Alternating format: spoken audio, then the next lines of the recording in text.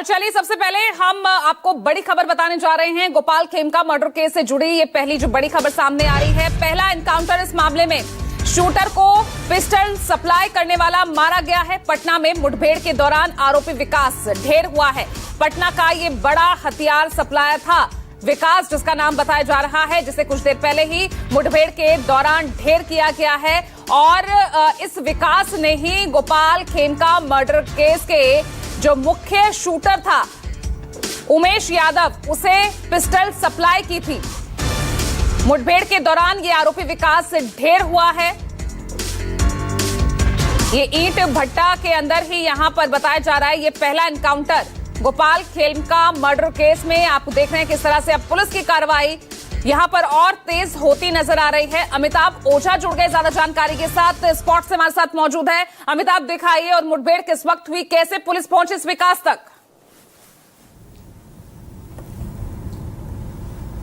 देखिए, कल शाम में पुलिस को सूचना मिली थी और इस पूरे मामले का जो शूटर था जिसकी तलाश हो रही थी उसे गिरफ्तार किया गया पटना सिटी इलाके से। उमेश यादव उसका नाम है। और उसकी गिरफ्तारी के बाद जब पुलिस की जांच आगे बढ़ रही थी तो सामने पता चला कि इस पूरे मामले में जो मेन जो मास्टरमाइंड है, जो बिल्डर है पटना का एक, जिसने सुपारी दी थी उमेश राय को, वो पटना के एक सबसे वीआईपी सोसाइटी में रह रहा था। और वहां पे पुलिस ने दबिश दी और उस अपार्टमेंट से, उदयगिरी अपार्टमेंट है वहां 601 नंबर फ्लैट से उसे गिरफ्तार किया गया। साथ में 2 और लोगों को गिरफ्तार किया गया।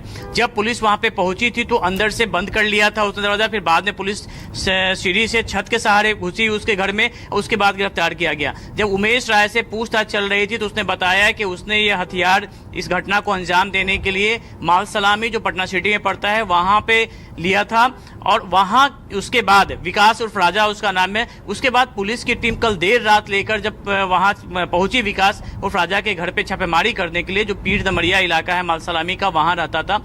वहां जब पुलिस पहुंची है तो वहां पे पता चला, वहां पे पुलिस को देखते के साथ विकास ने पुलिस पे फायरिंग कर दी। और उसका जो घर है वो गंगा के किनारे है और वहां पर ईंट भट्टे हैं। लेकिन वहां पुलिस के साथ मुठभेड़ होती है और वहां विकास उर्फ राजा मारा जाता है। उसके बाद पुलिस ने इस मामले को लेकर 2 और गिरफ्तारियां की हैं। यानी कि अभी तक इस पूरे मामले में शूटर उमेश राय के अलावा 4 और गिरफ्तारियां हुई हैं, जो काफी अहम है और एक दूसरे से कड़ी जुड़ रही है।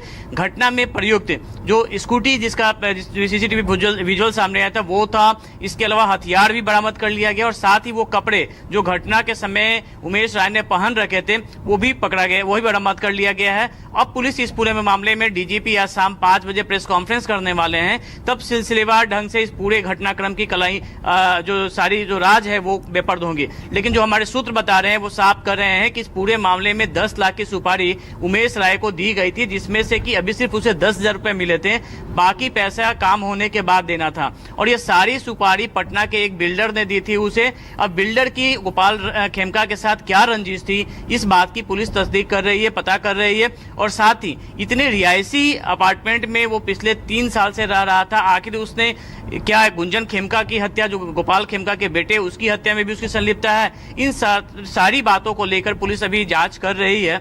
लेकिन एक बड़ा मामला जिसपे कई राजनीतिक सरगर्मी भी बढ़ गई थी, सियासी समय इसमें काफी विवाद भी हुआ था, लेकिन उसके बावजूद पुलिस ने इसे खुलासा किया है। और पुलिस का मानना है कि सिलसिलेवार ढंग से जितनी भी इस पूरे मामले की पेचीदगियां थी वो सुलझा ली गई हैं। अभी इस मामले में कुछ और गिरफ्तारियां होनी बाकी है। यही वजह है कि पुलिस अभी इस पूरे मामले को लेकर कुछ समय ले रही है। और पहले जहां कहा गया था कि दोपहर में पीसी होगा, लेकिन अब डीजीपी खुद इस पूरे मामले का खुलासा शाम 5 बजे पुलिस मुख्यालय में करेंगे। तब तक सारी कहानी सामने आ जाएगी।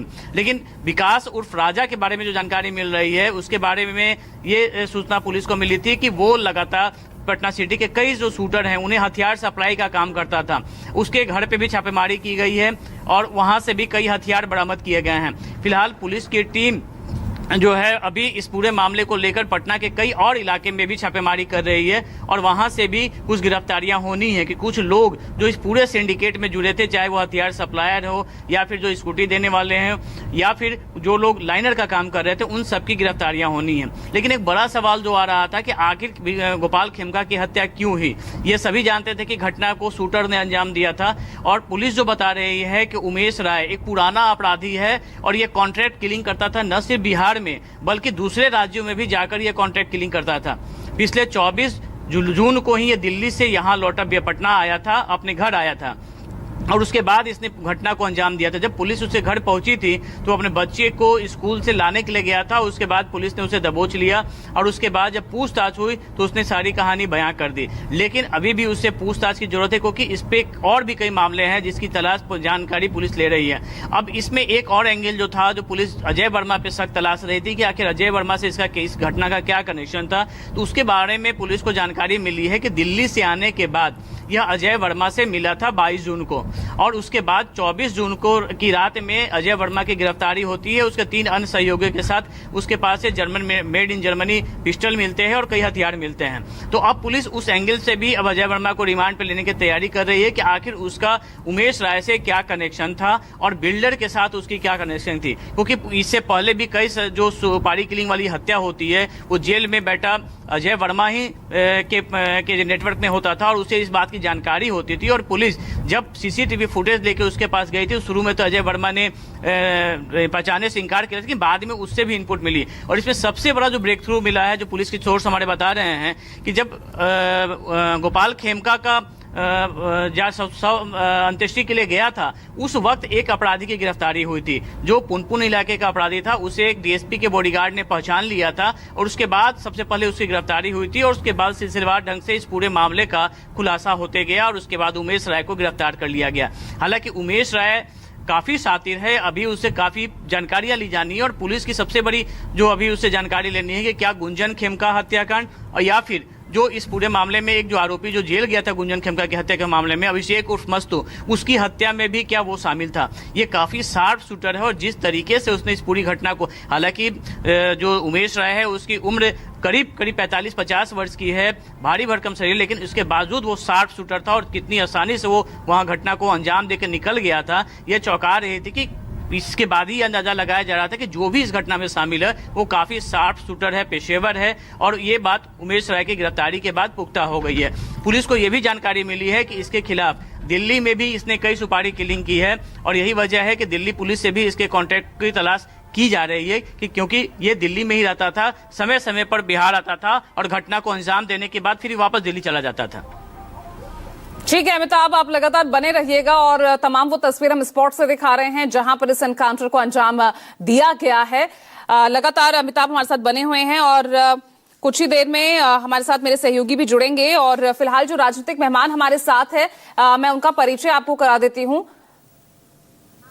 हमारे साथ हैं इस वक्त धनंजय गिरी बीजेपी से, कांग्रेस से हमारे साथ ज्योति कुमार सिंह हैं, जेडीयू से हमारे साथ हिमराज राम हैं, आरजेडी से सारिका पासवान हैं, एलजेपीआर से कुमार सौरभ हमारे साथ जुड़ गए हैं। सभी आपको नजर आ रहे हैं इस वक्त टीवी स्क्रीन पर और हिमराज राम भी आपको कुछ देर में नजर आएंगे जेडीयू से। हालांकि पहला सवाल तो उन्हीं से बनता था भाई, क्योंकि उन्हीं की तो ब्रांडिंग थी ना, नीतीश कुमार की सरकार सुशासन के तौर पर उन्होंने ही ये ब्रांडिंग की थी। लेकिन अब इस ब्रांडिंग का क्या करें धनंजय गिरी जी? यही है सुशासन राज, जंगल राज से कम तो नहीं लग रहा।